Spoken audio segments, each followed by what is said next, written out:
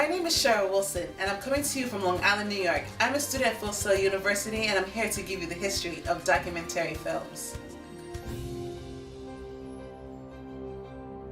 A documentary film is a non-fictional motion picture intended to document some aspect of reality. It's a movie that attempts to document reality, even though the scenes are carefully chosen and arranged. They are not scripted, and the people in the movie are not typically actors. Focus on real life. This will include footage and photography, as well as reenactment of events as they happen. Nanook of the North by Robert J. Flaherty is a 1922 silent documentary film. This documentary was the first big hit of documentaries for the American audience. In the 1950s, there was a popular documentary filming style called cinema verite, which is French for cinema of truth or direct cinema. Cinema verite is a type of documentary film that includes no narration. The camera simply follows the subject. Robert Dew is the developer of cinema verite. He didn't want the voice of God narration to style music with his documentaries. He wanted the images to speak for themselves. One example of cinema verite is a Ken Burns style documentary called Don't Look Back. This film is a biography about Bob Dylan's tour of the UK in 1965. The earliest films of any sort were actually documentaries.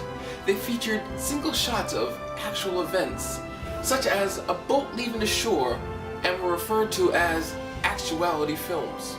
Other early forms of the documentary film included propaganda. One of the famous ones was called Triumph of the Will, directed by Leni Riefenstahl.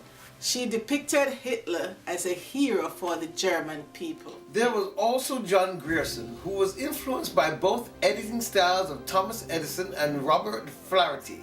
He is also known for coining the term documentary. His first assignment was a series of documentary propaganda films promoting agriculture.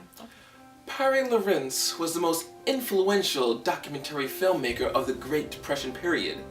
He created documentaries such as The Plow That Broke the Plains and The River, 1938, for President Roosevelt's resettlement administration. Poetic documentaries which first appeared in the 1920s. Then there is expository documentaries that speak directly to the viewer, often in the form of an authoritative commentary exploring voiceover or titles, proposing a strong argument and point of view, using words they call the voice of God.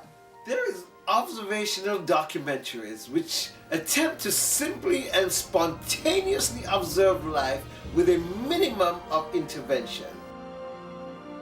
On March 3rd, 1991, an amateur videographer, George Holliday, shoots a 12-minute videotape of Los Angeles police arresting and beating Rodney King after a high-speed chase. In 1999, the Blair Witch Project, a full verite documentary, grosses over $100 million in the US alone. Due to the low cost of making documentaries today and affordability of cameras and the use of the internet as a distribution tool, documentaries in the 21st century have become increasingly popular as online media. Today, the documentary film genre has become more fashionable, even though it is still the least popular genre due to action and adventure films.